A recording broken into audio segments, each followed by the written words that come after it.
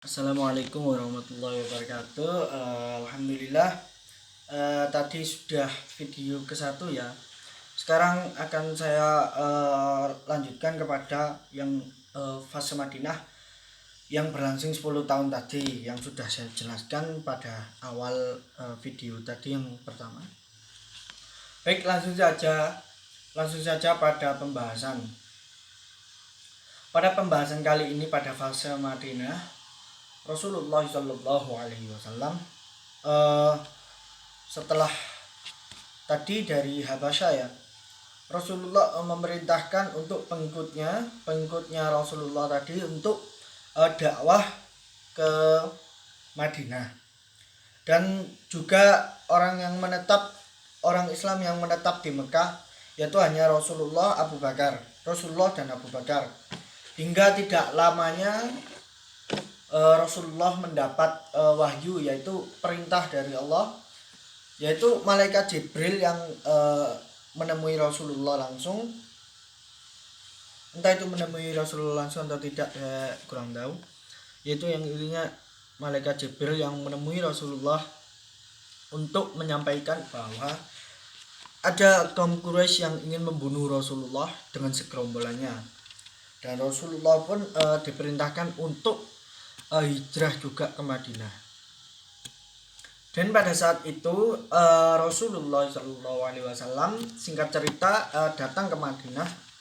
Rasulullah disambut baik dengan kaum Ansor yang berada di Madinah itu dengan baik, dengan harapan mereka Rasulullah singgah di rumah-rumah mereka.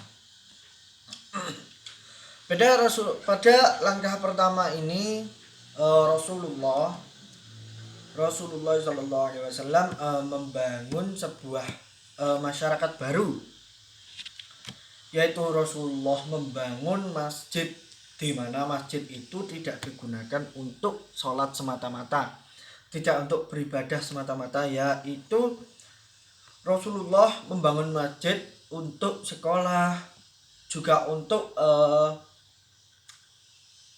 mengungsi bagai kaum Ansor kaum Ansor yang datang untuk mengungsi, yang tidak membawa apa-apa, juga banyak yang orang yang bujang yang masih tidak mempunyai apa-apa, yaitu Rasulullah pun mempersilahkan untuk tinggal di situ. Sungguh penuh barokah tempat itu, yaitu setelah itu Rasulullah pun mempunyai siasat, yaitu mempersatukan kaum Ansar dan kaum Muhajirin, dimana dengan Rasulullah, dengan hikmah kepintarannya itu, Rasulullah mempunyai dengan mempersatukan persaudaraan itu dengan ketentuan Allah, dan sehingga Rasulullah juga mendidik mereka gimana sejatinya hidup itu, karena kan sebelumnya kaum itu hanya meminta-minta, dan ya gitulah, itu kan kaum yang kurang mampu ya pada zaman itu. Rasulullah pun hingga untuk mendorong bahwa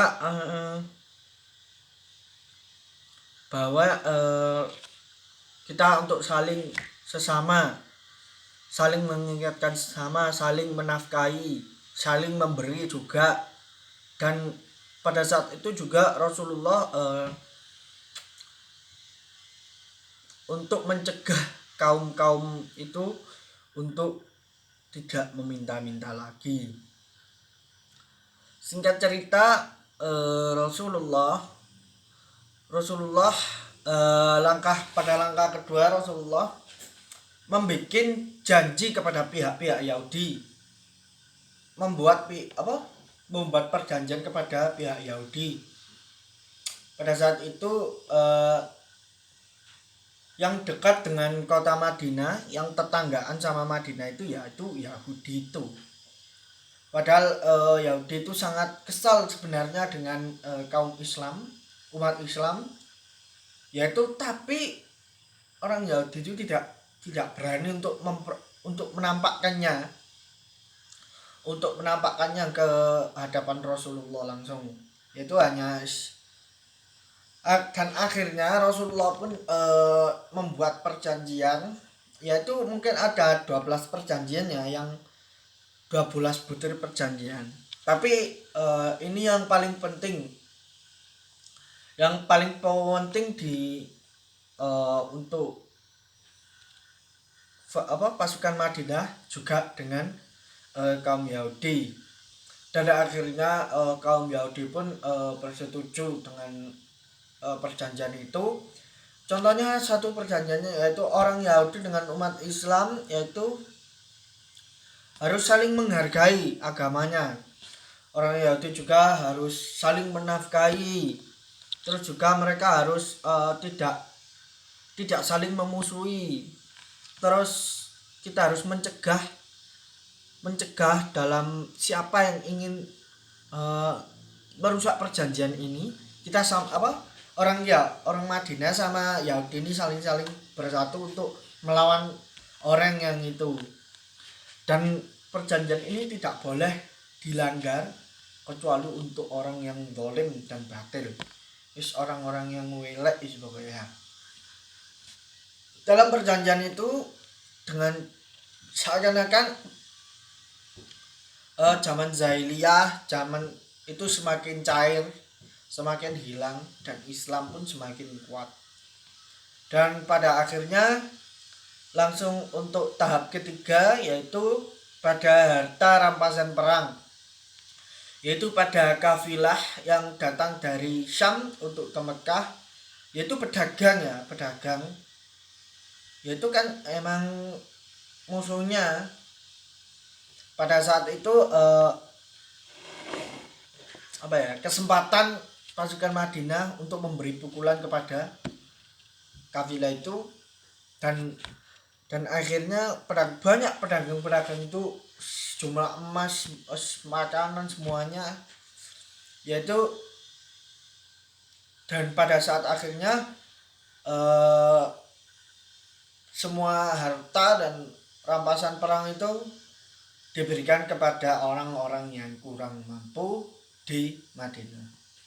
Dan alhamdulillah dakwah Rasulullah selama di Madinah itu berjalan lancar seperti yang sudah saya jelaskan tadi. Mungkin ini saja penjelasan dari saya. Akhirul kalam, subhanakallahumma wa bihamdika asyhadu an la ilaha illa anta astaghfiruka wa atubu ilaik. Wal afu minkum. Wassalamualaikum warahmatullahi wabarakatuh. Syukran.